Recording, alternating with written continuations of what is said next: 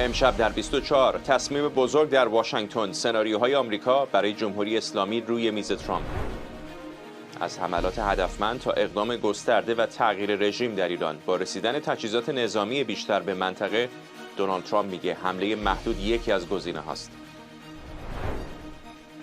پیام تازه شاهزاده رضا پهلوی به شیعیان در ایران. او میگه دین خود رو از آنچه او ضحاک و ضحاکیان خونده پس بگیرید.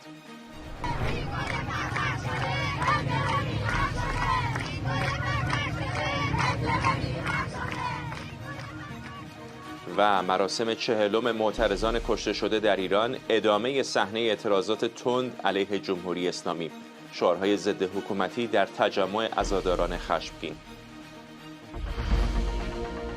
از استودیوی ایران اینترنشنال این 24 است با فرداد فرهزاد. بینندگان ایران اینترنشنال در ایران و سراسر جهان سلام و وقت بخیر. رئیس جمهوری آمریکا ساعتی پیش گفت در حال بررسی گزینه‌های مختلف در قبال جمهوری اسلامی، از جمله یک حمله محدود اولیه است. دونالد ترامپ جزئیات بیشتری در این زمینه ارائه نکرد. همزمان خبرگزاری رویترز به نقل از 2 مقام آمریکایی نوشته برنامه‌ریزی نظامی واشنگتن علیه ایران به مراحل پیشرفته رسیده و اگر دونالد ترامپ دستور بده، گزینه‌های ارتش آمریکا که شامل هدف قرار دادن رهبران جمهوری اسلامی، حملات گسترده و تلاش برای تغییر رژیم در تهران شاید انجام بشه که البته میتونه به پاسخ نظامی جمهوری اسلامی هم منجر بشه. در همین حال استقرار نیروها و تجهیزات نظامی آمریکا در اطراف ایران هر روز در حال افزایشه و ناو جرالد فورد هم ساعتی پیش وارد دریای مدیترانه شد. نیویورک تایمز نوشته دونالد ترامپ بدون ارائه توضیحی روشن به افکار عمومی یا کنگره در حال بررسی اقدام نظامی جدید علیه ایرانه. در واکنش به این تحولات، جمهوری اسلامی در نامه‌ای به دبیرکل سازمان ملل گفته در صورت هر گونه حمله نظامی آمریکا، همه مواضع این کشور در منطقه رو اهداف مشروع برای پاسخ میدونه. همکارانم مریم رحمتی از مقر سازمان ملل متحد در نیویورک و اردوان روزبه از مقابل کاخ سفید به ما پیوستن. اردوان، با تو شروع میکنم. الان کمتر حرف این هستش که آیا حمله نظامی خواهد شد یا نه، در مورد کم و کیفشه که الان بحث بهش بیشتر شده. دقیقاً درسته. الان دیگه هر رسانه جدی در ایالات متحده آمریکا و رسانه‌های اصلی، جریان اصلی، بحثشون بر سر نحوه مذاکره و اینکه آیا حمله خواهد شد نخواهد بود. من یه بررسی کلی در مورد 3 رسانه کافی اشاره بکنم کردم: نیویورک تایمز، وال استریت ژورنال و رویترز. دقیقاً بستر مشترک همینه. اونا باور دارن عملیات انجام خواهد شد، اونا باور دارن میز مذاکره ازش دیگه محصولی بیرون نخواهد آمد، اما حالا رویکردها برای بعد از بحث مذاکره است. نیویورک تایمز اشارش بیشتر به اینه که یک بحران سیاسی میتونه پیش رو باشه وقتی که ترامپ این عملیات رو داره آغاز میکنه، یعنی باور بر این است که آغاز خواهد کرد. مسئله مهم این است که هیچ توجیه داخلی رو هنوز روشن نکرده، هیچ توضیح به جایی نداده، وضعیت رو برای جامعه روشن نکرده، کاری که بیش از این جورج دبلیو بوش در ارتباط با عراق کرده بود و در واقع افکار عمومی رو برای چنین حمله آماده کرده بود. نیویورک تایمز تاکید میکنه که چنین اتفاقی تا این لحظه نیفتاده و ترامپ داره خیلی مستقل عمل میکنه. در وضعیت موجود به نظر میرسه ترامپ در حال حاضر حتی اجازه‌ای هم برای چنین عملیاتی از کنگره دست کم برای آغاز نخواهد داشت و چالش‌های بعد از آغاز عملیات رو مد نظر قرار داده. اما یک گزارش ویژه وال استریت ژورنال نوشته در ارتباط با نحوه عملکرد ترامپ: ما به خاطر داریم امروز صبح جمعه دونالد ترامپ در پاسخ به این سوال که عملیاتی که انجام خواهد داد فقط محدود به این میشه که جمهوری اسلامی رو بر سر میز مذاکره وادار به امضا اون چیزی بکنه که اونها میخوان، و ترامپ فقط پاسخ داده بود که در حال بررسی همه چیز هست و مثل همیشه پاسخی که داد به نحوی هیچ توضیح دقیقی رو حاضر نشد بده. و حالا وال استریت ژورنال تاکید میکنه که اونها عملیات رو در مرحله اول مقطعی انجام خواهند داد و تلاش میکنن مراکز اصلی رو بزنن تا جمهوری اسلامی رو وادار به انجام مذاکره دقیق و زیرساختی برای رسیدن به یک هدف بکنن. البته در واقع وال استریت ژورنال در جای دیگه هم تاکید میکنه این عملیات ممکنه که به صورت پله‌ای افزایش پیدا بکنه و اگر جمهوری اسلامی در مرحله اول توافق نکنه زیرساخت‌های جدی‌تر رو انجام بدن. و در نهایت وال استریت ژورنال میگه که حتی گزینه تغییر رژیم هم روی میز هست در صورتی که جمهوری اسلامی نخواد وضعیت موجود رو بپذیره. اما گزارش ویژه رویترز به نظر میرسه فراتر از این داره نگاه میکنه. اون ارجاعی میده به اینکه ترامپ سابقه عملیات علیه افراد کلیدی در جمهوری اسلامی رو داره. مقاله رویترز به قاسم سلیمانی اشاره میکنه که در سال 2020 به همین ترتیب وقتی احساس خطر کرده بود ترامپ به طور مستقیم اونو حمله کرد بهش و این کار رو انجام داد. و از طرف دیگه تاکید میکنه که ممکن عملیات پیش رو زدن افراد کلیدی در منطقه ایجاد در واقع یک بستر کامل برای حمله گسترده باشه و در نهایت بدون در نظر گرفتن اینکه جمهوری اسلامی ممکنه چه پاسخهایی رو بخواد بده به اونا حمله بکنه و گستردگی عملیات رو فراتر از این ببره تا حتی براندازی. مریم، به نظر میسه که در تهران هم جدیت آمریکا رو شاید بیش از گذشته دریافتن تا جایی که الان جمهوری اسلامی دست به دامان سازمان ملل و دبیر کلش شده. دقیقا همینطوره فرداد. به نظر میرسه که تهران خطر واقعی حمله رو از سوی ایالات متحده آمریکا حسش کرده و این نامه رو امیر سعید ایروانی نماینده جمهوری اسلامی در سازمان ملل عصر روز گذشته به دبیر کل سازمان ملل و اعضای شورای امنیت و همچنین رئیس شورا که این ماه بریتانیا هست ارسال کرده. در این نامه جمهوری اسلامی هشدار داده که اگر دونالد ترامپ تهدیدات لفظی خودش رو عملی بکنه و حمله ای رو علیه جمهوری اسلامی انجام بده، در اون صورتی که جمهوری اسلامی حق پاسخ رو برای خودش محفوظ میدونه و پایگاه‌ها و منافع آمریکا در منطقه رو مورد هدف قرار میده. اما فرداد، این تهدید جمهوری اسلامی جدید نیست.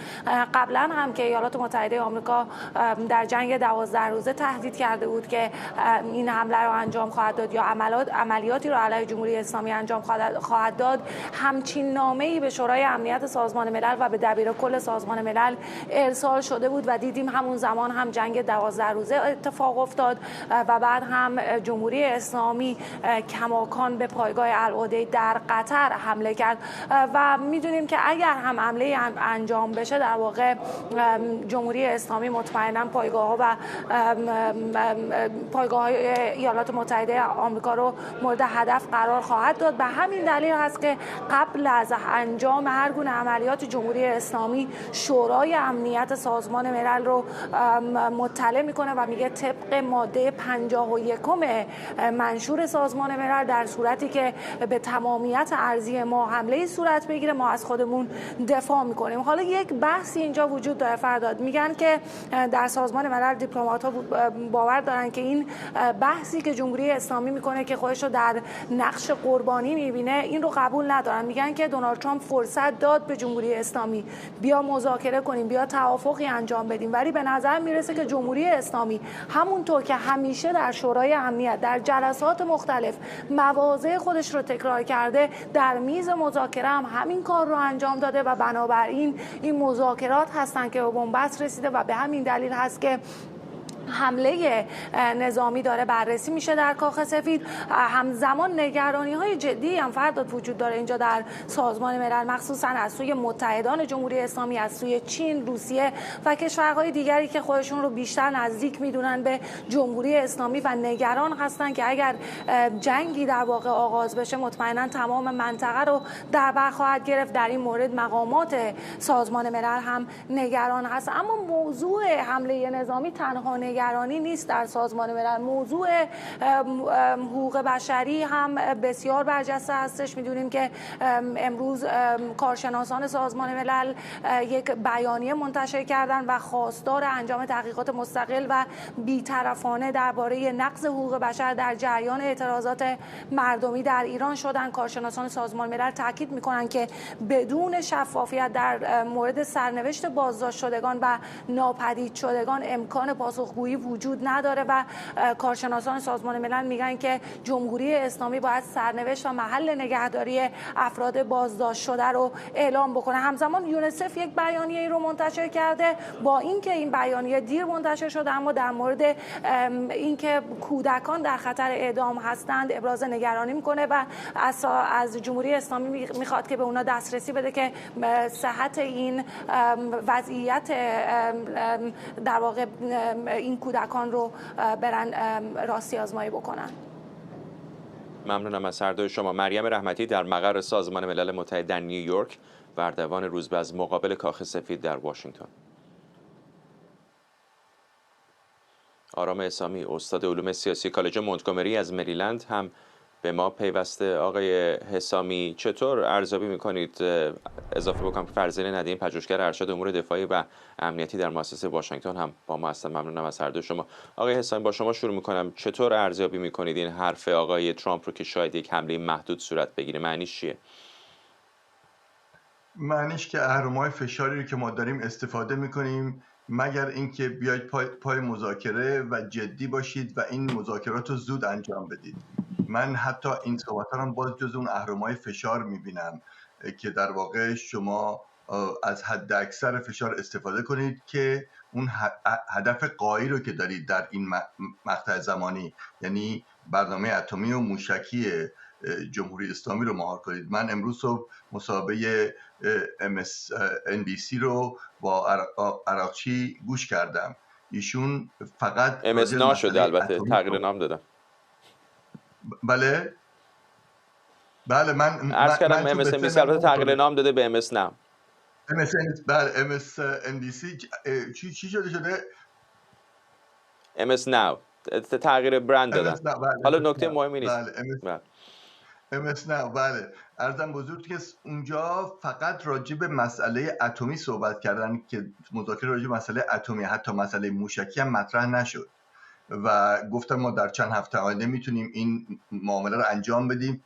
اما همون صحبت هم که می‌بینید باز از این پاسچرینگ و ژستا بود که ما تمام گزینه‌های روی میز منطقه در خطر خواهد بود و پایگاه‌های نظامی آمریکا و همون تنگه هرمز رو داشت اشاره می‌کرد. ولی خب من اینا رو همش جز اون پاسچرینگ و ژست می‌بینم که در واقع هدف اصلی این است که آیا این مذاکرات با اون در شرایطی که آمریکا و اسرائیل مد نظر داره انجام میشه یا نه، و آیا در واقع توی این تونل روزنه امیدی هست که این صحبت‌ها به نتیجه برسه یا نه. من اینو هنوز در این مورد می‌بینم. یعنی حتی اگه شما می‌خواستید حمله کنید، این مقالاتی که چاپ شده هم توی رویتر، هم توی وال استریت، هم نیویورک تایمز، واشنگتن پست، در واقع اون روایت جنگ و اهرم فشار رو بیشتر به نظر من پابلیک میکنه به افکار عمومی، آماده سازی افکار عمومیه. آقای ندیمی، کدوم رو باور بکنیم؟ اینکه حمله محدود یکی از گزینه هاست یا ژست نظامی آمریکا در منطقه و حالا که جرالد فورد هم داره به این تیم اضافه میشه؟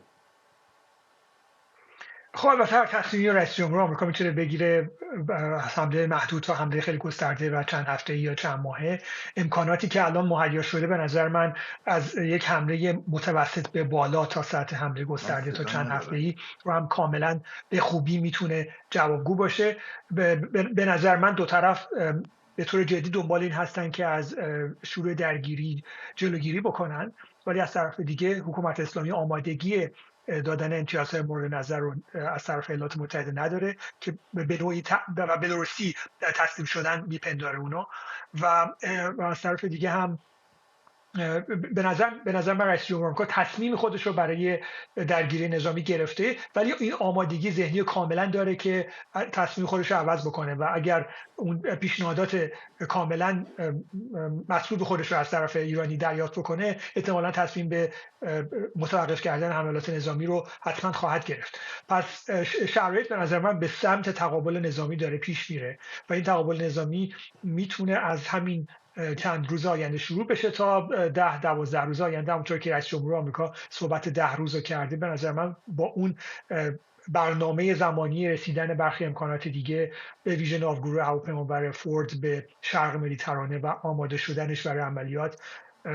هماهنگی داره. و از طرف دیگه خب ما گزارش دیگه هم می‌بینیم که مثلا فرودگاه صوفیه در بلغارستان در چند روز آینده رو کاملا فرودگاه بسته و این فرودگاه رو به یه پایگاه هوایی برای هواپیماهای ترابری و سوخرسان آمریکایی تبدیل کرده. باید دید که این برنامه ریزی و همینطور برنامه‌ریزی مشابه دیگه تا چه حد با اون برنامه زمانی و جدول زمانی احتمالی حملات هوایی به ایران میتونه همخوانی داشته باشه. ولی به نظر من امکانات قابل توجه و کافی و به منطقه رسیده و میتونن هر زمانی این عملیات نظامی جدی رو علیه ایران شروع کنن.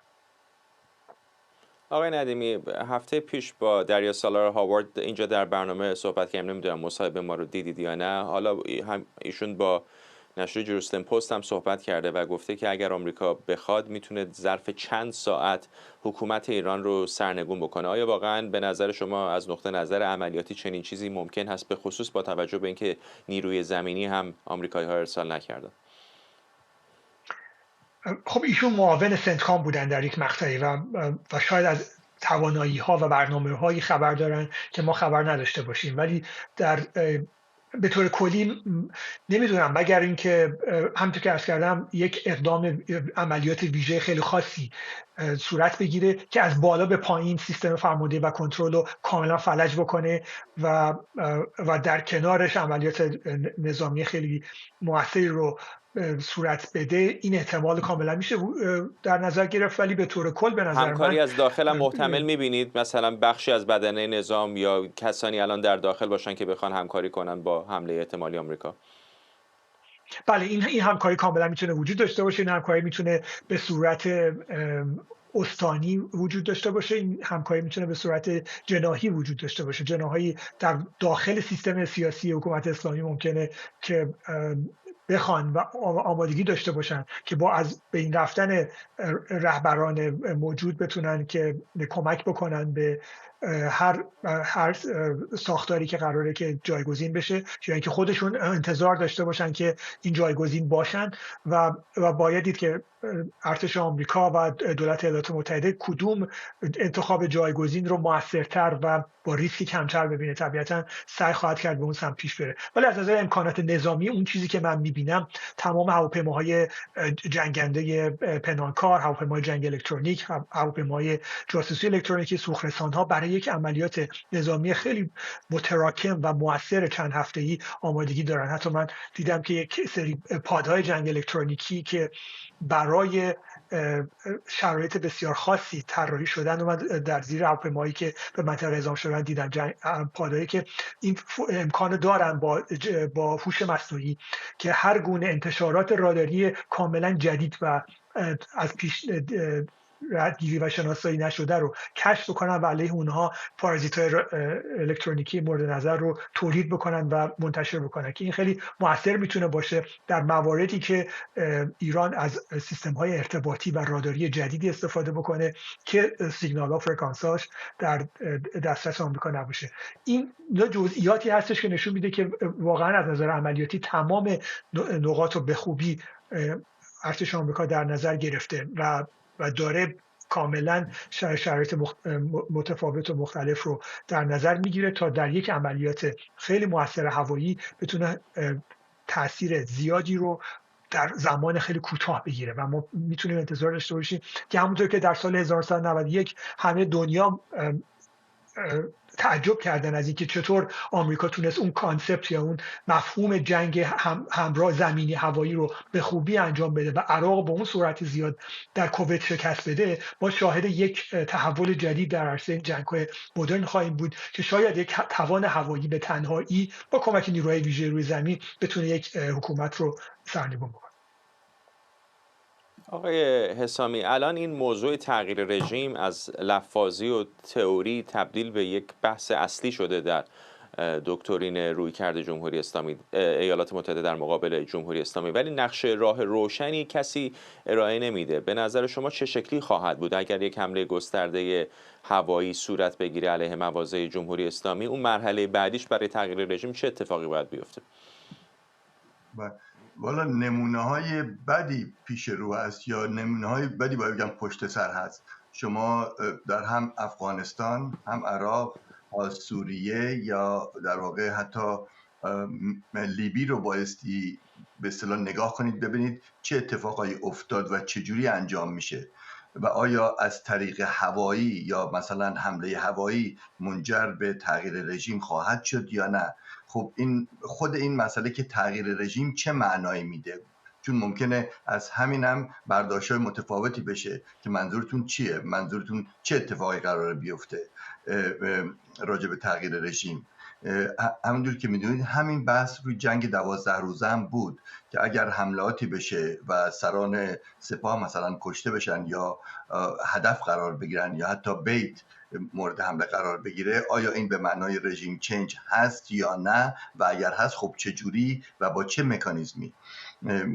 همونجوری که گفتم تجربه‌ای که آمریکا در خاورمیانه داشته، حتی وقتی که نیروی زمینی پیاده کرده و مسئله اون نیشنز بیلدینگ رو مطرح کرده و رژیم چنج رو از صحبت‌های چلبی بگیرید تا کارزایی، این تجربه زیاد موفقی نبوده و من فکر کنم بیشتر راجع به صحبت و حمله هست که ممکنه در ذهنشون به عنوان یک حربه که ما رژیم چنج مد نظرمون هست و این کارو میخوام انجام بدیم، باز به عنوان یک حربه استفاده بشه. ولی همونجوری که گفتید جزئیات و چگونی و چرا رو من فکر نمی‌کنم. ممکنه شما یه سناریویی داشته باشید روی کاغذ، اما عملی کردن و عملیاتی کردن خیلی مهمه. جالب اینجاست که اگر جنگ شروع بشه یا جنگ اتفاق بیفته، حتی اگه محدود باشه، بعد نه اون روایت و اون گفتمان دیگه در دست کنترل شما هست، نه عواقبی که اتفاق میفته. و شاید منظور این باشه، مخصوصا با اعتراضاتی که وجود داره. آقای ندیمی، خیلی شرایط امروز رو دارن با جنگ ها و اقدامات نظامی قبلی مقایسه میکنن، ولی به خصوص در این یکی دو سال اخیر خب جهان وارد یک پارادایم جدیدی شده. همین اتفاقی که در ونزوئلا افتاد خب کمتر قابل تصور بود. چقدر فکر میکنید که در ایران هم ممکنه شاهد اولین هایی باشیم که شاید سناریوهایی باشه که خیلی ها پیش بینی نمیکنن؟ بله، ما فکر میکنم باید به جنگ ها با یک لنز جدید، با یک عینک جدید نگاه بکنیم. الان و حتی وضعیت جنگ اوکراین نسبت به شروع این جنگ در سال 2022 خیلی متفاوت شده. الان اوکراینیا سالی 7 میلیون درون میسازن، روزی 5,000 درون فقط میسازن و جنگی که الان در اوکراین اتفاق داره در جریان هستش با استفاده از درون ها هست. و ما دیدیم که از نظر استفاده عملیاتی از اطلاعات اسرائیل با چه تاثیر بالایی تونست که در عرض چند لحظه حزب الله رو ناکار کنه، ناکارآمد بکنه، یا اینکه جنگ 12 روزه رو به چه ترتیبی شروع بکنه. ما باید نگاه بکنیم به جنگ‌های با یک لنز جدید، با توجه به امکانات جدید، با مطالعه جنگ‌های نوین.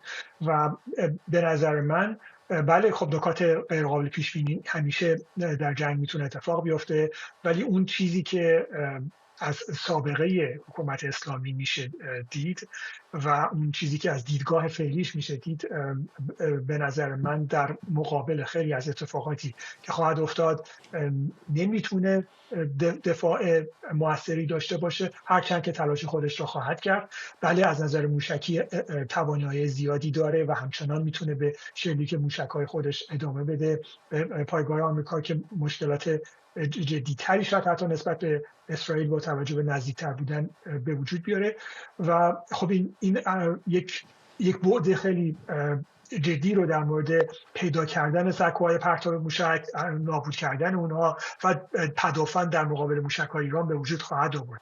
ولی از نظر اجرای عملیات تهاجمی در داخل خاک ایران، به نظر من از این عملیات ایالات متحده که حتما با همکاری نزدیک اسرائیل هم به نظر من خواهد بود، ما شاهد ابعاد بسیار جدید و متفاوتی خواهیم بود که نتیجه خیلی متفاوتی هم میتونه به وجود بیاره. و من فکر میکنم نباید تعجب بکنیم که اگر یک جنگ با آتش‌های راه دور بتونه موفق بشه در تا حدی از جا به جا کردن و از ثبات خارج کردن و از تعادل خارج کردن یک حکومت که بتونه به مردمی که اتفاقا خیلی هم مشتاق به از بین بردنش هستن این فرصت رو بده که در از بین بردن اون نقش مهمی داشته باشه. آقایون خیلی ممنونم. فرزین ندیمی، پژوهشگر ارشد امور دفاعی و امنیتی و آرام اسلامی، استاد علوم سیاسی کالج مونتگومری.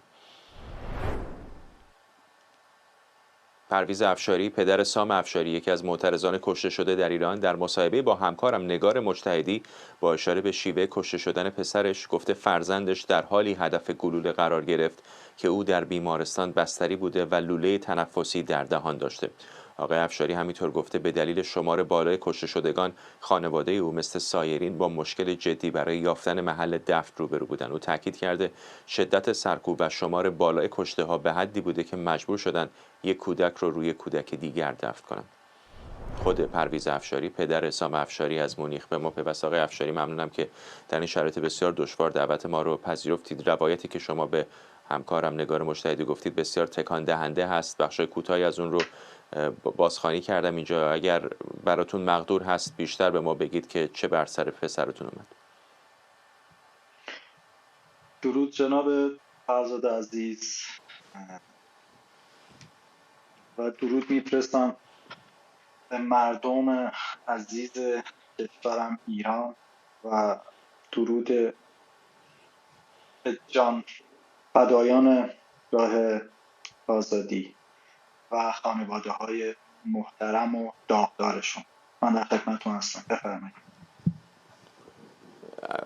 پرسیدم اگر ممکنه در مورد نحوه کشته شدن پسرتون بهمون بیشتر بگید. پسر من دقیقا روز 18 دی شب حدود ساعت 8 البته فکر میکنم با یکی از دوستانش به خیابون میرن و برای خواسته هاشون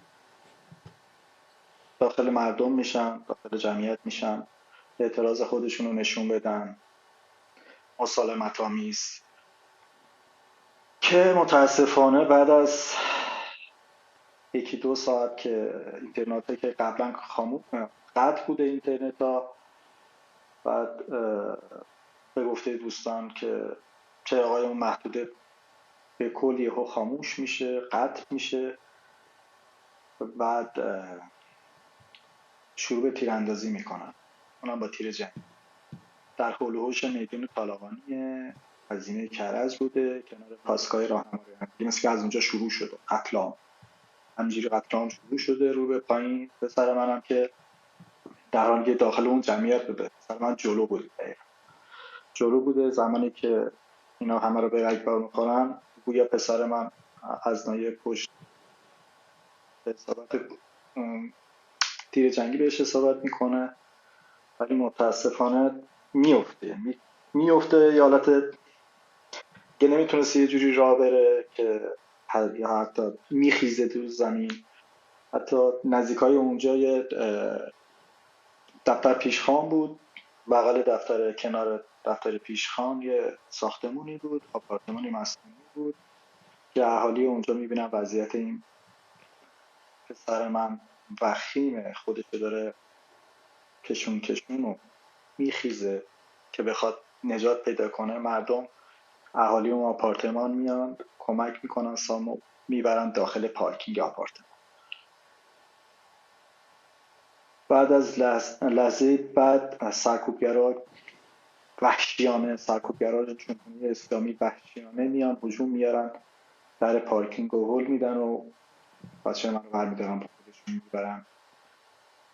بعد توی بیمارستان هم متاسفانه زیر عمل بوده که حتی دستگاه تنفس و دیگه اکسیژن و بهش بس. تو همون حالت میان هجوم میارن، تیر خلاص رو میزنن،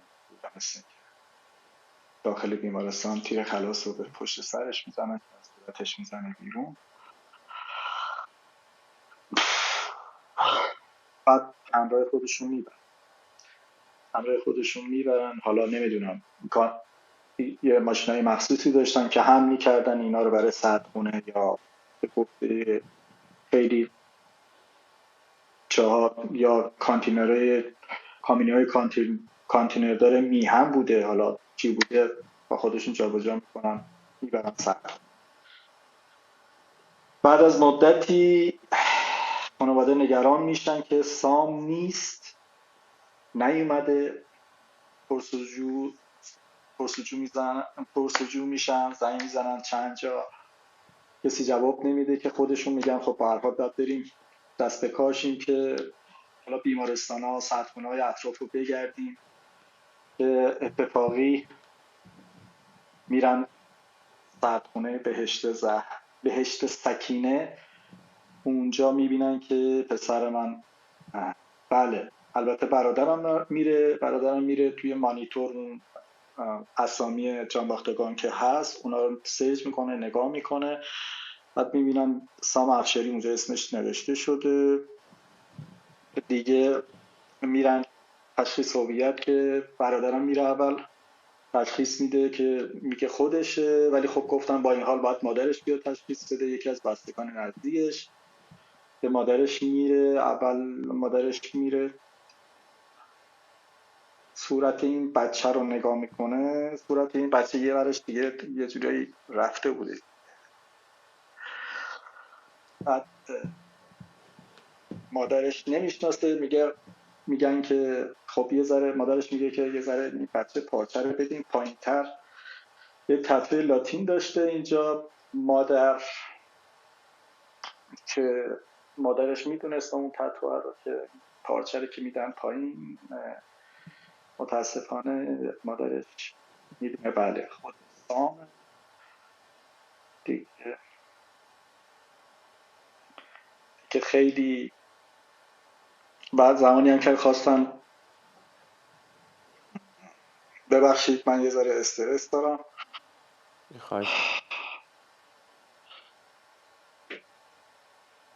بعد از این که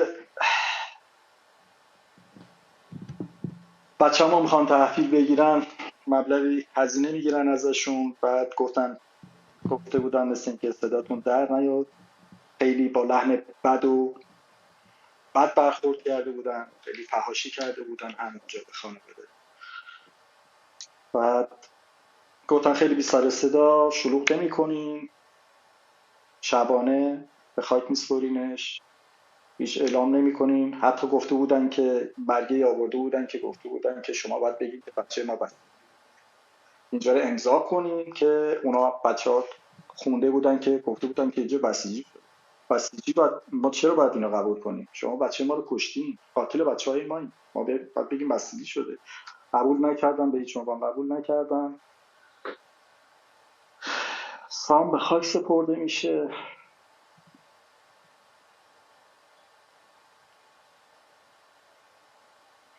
در گلزار شهدای کلاک بالای کرج یه عزیز جاویدنام دیگه هم طبقه پایینش بوده که شب قبلش جاویدنام شده بوده. سام هم دقیقا روی همین جاویدنام قرار گرفت. جا نداشتن، خودشون میخواستن بفرستن سمت اشتهار، تو نمیدونم خیلی جای پرتی بود، 2-3 ساعت فاصله داشت. اصلا نمیشد بگیم مزار شهدا یا مزار گلزار جاویدنامه، یه جای متروکه‌ای بود، بیابونی بود، اونجا رو حالت درست کرده بودن یا حالت مزار خواسته بودن تازه افتتاح کنن راه بندازن. بعد کلی مخالفت که بستگان ما قبول کردن، یه جاویدنام دیگه بود لطف کردن قبول کردن که گفتن که این جاویدنام سامو روی پسر خودشون بذارن، نزدیکی محل ساکن خانواده است که میتونن تقریبا 1 کیلومتر تا 2 کیلومتر فاصله است، میتونن هر اعضایی سر بزنن. بله متاسفانه این تروریست های جمهوری اسلامی نسل‌کشی کردن، وحشیانه حمله ور به مردم شدن، رحم نکردن به بچه، به زن، به مرد مسندار سالمند. قتل عام کردن، وحشیانه قتل عام کردن. من فکر نمی کنم این واقعا یه نسل کشیه، فکر نمی کنم تا به حال به جز هولوکوست همچین چیزی اتفاق افتاده باشه. واقعا وحشتناکه. بی‌نهایت متاسفم و میدونم که چقدر سخته در چنین شرایطی صحبت با رسانه ها. ممنونم که با ما صحبت کردید. پرویز افشاری، پدر سام افشاری از مونیخ با ما.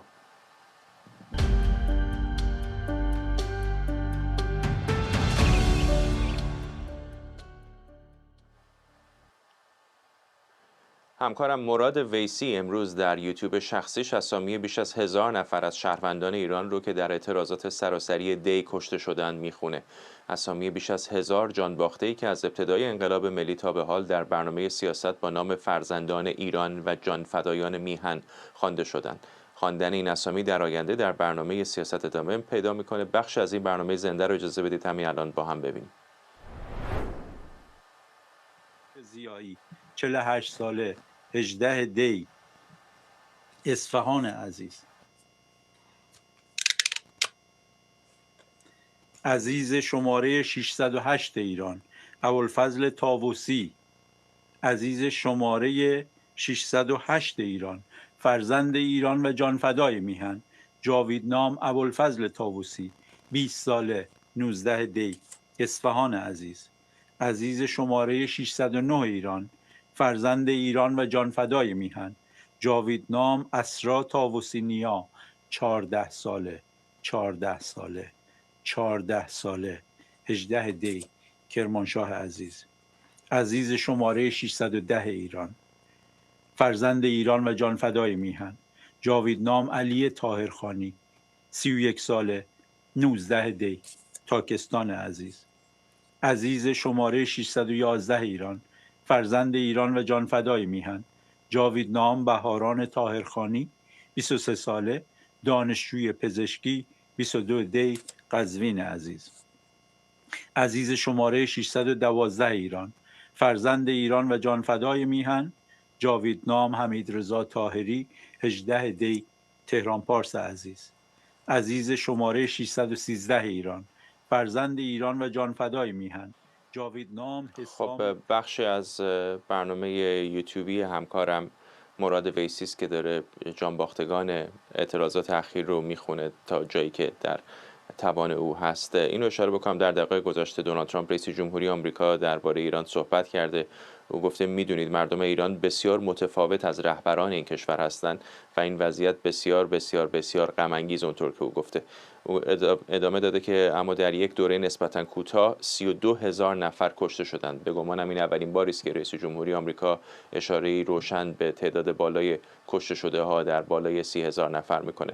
او در ادامه به همون موضوع اعدام ها و توقف اون به خاطر تهدیدهای آقای ترامپ که چندین بار بهش قبلا هم اشاره کرده پرداخته و گفته که برای مردم ایران احساس تأسف میکنه. اونها بارها به شکلی زندگی کردند که گویی در جهنم زندگی میکنن. او بار دیگه گفته که برای ایران، برای جمهوری اسلامی بهتره که یک توافقی سریعا انجام بده، توافقی منصفانه. این روزها چهارگوشه ایران مراسم 40 جانباختگان اعتراضات به تجمع‌های با شعارهای ضد حکومتی تبدیل شده. در گرگان مراسم 40 آرنیکا دباغ نوجوان 15 ساله با حضور گسترده مردم بر سر مزارش برگزار شد. حاضران با پخش ترانه، اجرای رقص و آزادسازی کبوترها یاد او و دیگر جانباختگان رو گرامی داشتند. مادرش در این مراسم گفت دختر او شیفته زندگی، درس و ورزش بود. آرنیکای من هر روز ساعت 5 صبح از خواب بیدار میشد و یه روتین برنامه داشت. صبحانه، درس، مدرسه، استخر، باشگاه، شنا، کتاب، خواب و خواب.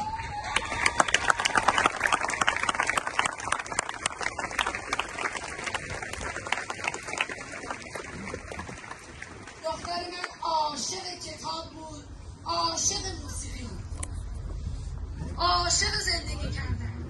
امروز ما اینجا جمع شدیم نه فقط برای مدالهایش، برای ارادهش، تلاشش و قلب بزرگی که داشت.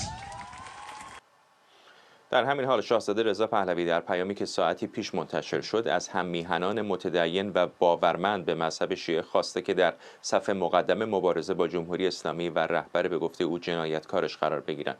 در این پیام از ایرانیان شیعه که هنوز به مبارزه با جمهوری اسلامی نپیوستند خواسته شده هر چه زودتر در کنار پیروان سایر ادیان، مذاهب و باورها بایستند. شاهزاده رضا پهلوی در این پیام از باورمندان به مذهب شیعه خواسته علیه اسلام سیاسی مبارزه کنند و مذهب شیعه رو از به گفته او حکومت نامشروع جمهوری اسلامی پس بگیرند. نجات بهرامی تحلیلگر سیاسی از واشنگتن به ما پیوسته. آقای بهرامی، در این شرایطی که احساسات بسیار بالا هست، در مواردی مسجد رو سوزوندند، اعتراضات گسترده‌ای هست به اصلا خود دین اسلام، چقدر فکر می‌کنید یک پیام اینچنینی از سمت شاهزاده رضا پهلوی مهم هست، به خصوص برای کسانی که باورهای مذهبی قوی‌تری دارند؟ درود بر شما و مخاطبان برنامه. این پیام شاهزاده رضا پهلوی زمان مناسبی بود، چرا که یک فعل و انفعالات خیلی عمیقی رو ما مخصوصا بعد از این انقلاب شیر و خورشید در جامعه ایران شاهد هستیم. شاید لبه‌های تیزی داشته باشه، شاید واکنش‌های احساسی در این انقلاب ملی رؤیت بشه، کما اینکه خب مشاهده شده که این مسئله منجر به یک اختلافاتی بین مردم عادی در جامعه بشه و به این دلیل به نظر من شاهزاده بهترین موقع رو انتخاب کرده. از یک طرف نکات این بیانیه بسیار مهمه. یکی این که روحانیت شیعه رو رسما اعلام میکنه که در این آزمون مردود شده و طرف بحثش و گفتگوش و پیامش متدینین هستن، مردم عادی که باورهای مذهبی به شیعه دارن و اینها رو مورد خطاب قرار میده. اگر شما این حکومتی که به اسم دین، به اسم مذهب، به اسم تشیع میاد و به زخمی ها گلوله خلاص میزنه، اگر این همه جنایت مرتکب میشه، اگه مسجدها رو تبدیل به پایگاه سرکوب میکنه، یا شما این کار رو میبینید و قبول دارید که در کنار جمهوری اسلامی هستید، بخشی از پروپاگاندا و دستگاه سرکوب این حکومت هستید، و یا قبول ندارید. اگر قبول ندارید، به اصطلاح عموم مردم حرمت امامزاده به متولیشه، باید آستین بالا بزنید، صداتون رو بلند کنید و خودی نشون بدید در مقابل جمهوری اسلامی. کما اینکه خب ما پیروان ادیان و مذاهب دیگه در کشور کارنامه قابل قبولتری دارن، به هر دلیلی که میشه عنوان کرد، مخصوصا این پیوستگی تشیع و حکومتی که به اسم تشیع اومده باعث شده خیلی از متدینین به تشیع واقعیتش در کنار جمهوری اسلامی بیستن یا ساکت بشینن. این موضوع به نظر من موضوع مهمی بود که بهترین زمان رو هم شاهزاده انتخاب کرد برای این پیام. بسیار ممنونم از شما. نجات بهرامی تحلیلگر سیاسی از واشنگتن با ما و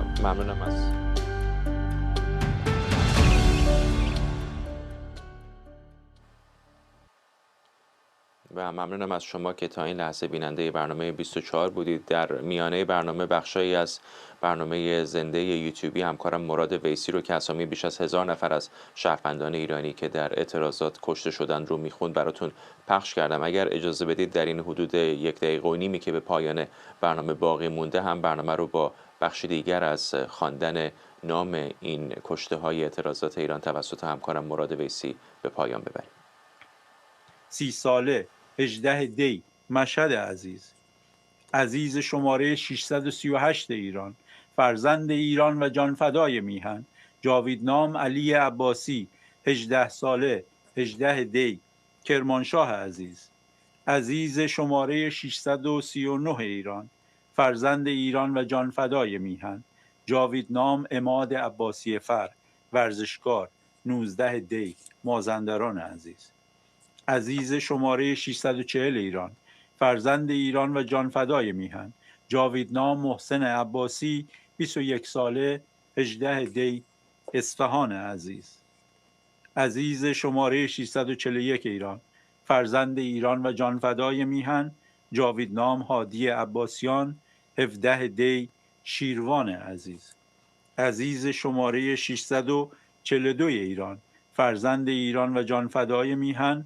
جاویدنام محمد رضا عبدالرحمن زاده 16 ساله 19 دی اهل سلماس تهران عزیز شماره 643 ایران، فرزند ایران و جانفدای میهن، جاویدنام